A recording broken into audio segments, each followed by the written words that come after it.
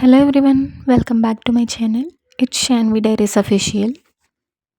ఈరోజు రెసిపీ వచ్చేసి బూందీ మసాలా కర్రీ అండి. సో రెసిపీ చూద్దాం. ముందుగా స్టవ్ ఆన్ చేసి ఒక ప్యాన్ పెట్టుకొని ఆయిల్ వేసుకోండి. ఆయిల్ హీట్ అయిన తర్వాత లైట్గా బిర్యానీ స్పైసెస్ వేసుకొని వాటిని దోరగా వేయించుకోండి. ఈ బిర్యానీ స్పైసెస్ని మీరు రోస్ట్ చేసుకొని పౌడర్లా చేసి తీసుకోవచ్చు, లేదంటే ఇలా డైరెక్ట్గా కూడా వేసేసుకోవచ్చండి. ఈ కర్రీకి మీరు బూందీని ఇంట్లో అయినా ప్రిపేర్ చేసుకోవచ్చు, లేదంటే బయట షాప్లోంచి అయినా తీసుకోవచ్చండి.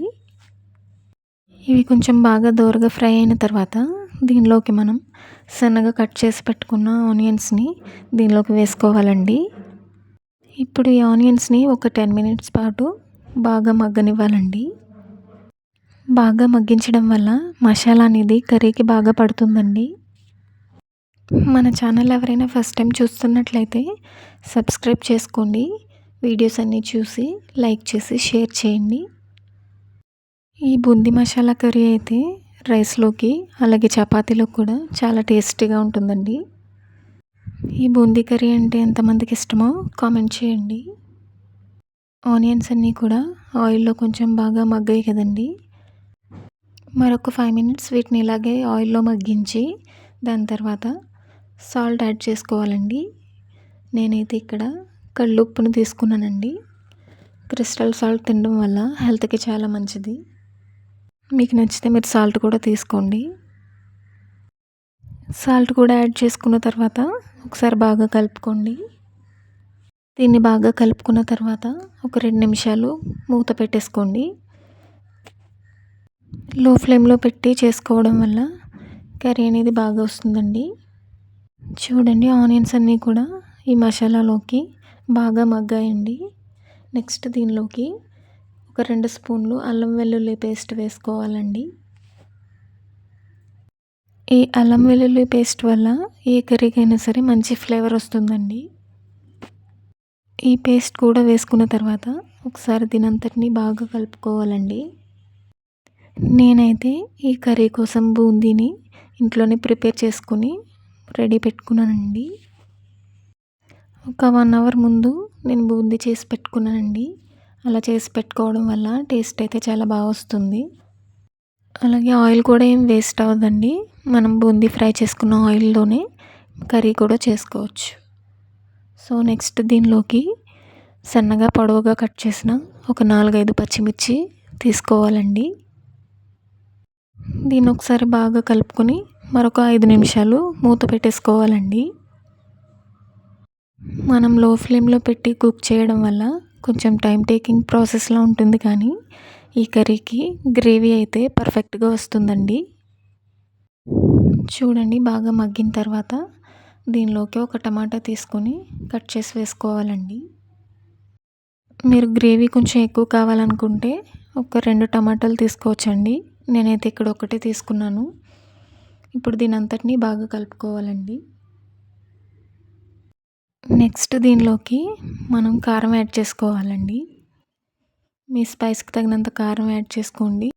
ఒకవేళ మీకు కారం బాగా ఎక్కువైనట్లు అనిపిస్తే దాన్ని బ్యాలెన్స్ చేయడానికి కొంచెం పెరుగు యాడ్ చేసుకోండి, సరిపోతుంది. అలాగే దీనిలోకి ఒక చిటికెడు పసుపు కూడా యాడ్ చేసుకోండి.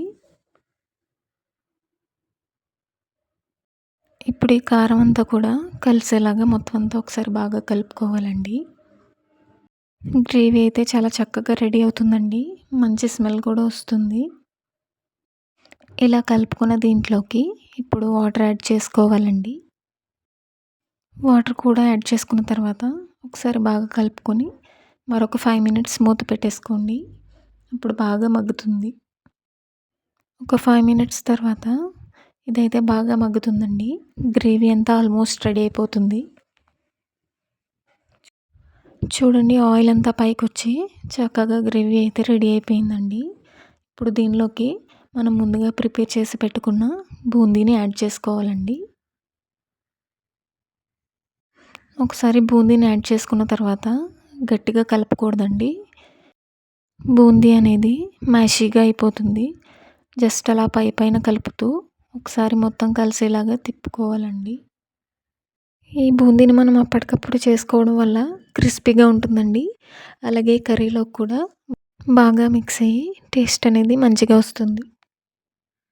ఒక 2 నిమిషాలు ఇలా ఉడికించిన తర్వాత దీనిలోకి సన్నగా కట్ చేసుకున్న కొత్తిమీరని యాడ్ చేసుకోండి. ఈ ఫ్లేవర్ అనేది చాలా బాగుంటుంది. కొంచెం వాటర్ అంతా ఇంకిపోయి ఆయిల్ అనేది పైకొస్తే మనకి కర్రీ రెడీ అయిపోయినట్టే అండి. దీన్ని ఒకసారి బాగా మిక్స్ చేసుకొని స్టవ్ ఆఫ్ చేసి మూత పెట్టేసుకోండి. ఎంతో టేస్టీగా ఉండే బూందీ మసాలా కర్రీ రెడీ అయిపోతుంది. చూసారు కదండి, ఇంట్లోనే మనం ఇలా ఈజీగా చాలా టేస్టీగా బూందీ మసాలా కర్రీ అనేది రెడీ చేసుకోవచ్చు. దీన్ని ఒక బౌల్లోకి తీసుకొని వేడివేడిగా సర్వ్ చేసుకుంటే చాలా టేస్టీగా ఉంటుందండి. పిల్లలు కూడా ఇష్టంగా తింటారండి. ఇది రైస్లోకి చపాతీలోకి సర్వ్ చేసుకుంటే చాలా టేస్టీగా ఉంటుందండి.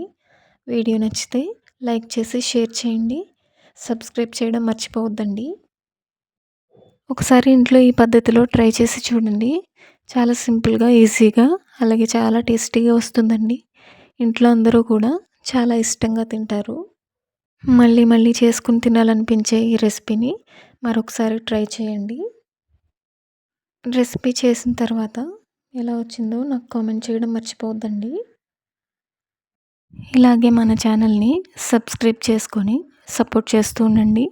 ఇంకా మరికొన్ని మంచి వీడియోస్తో మళ్ళీ మీ ముందుంటానండి. Thanks for watching the video and subscribe for more updates.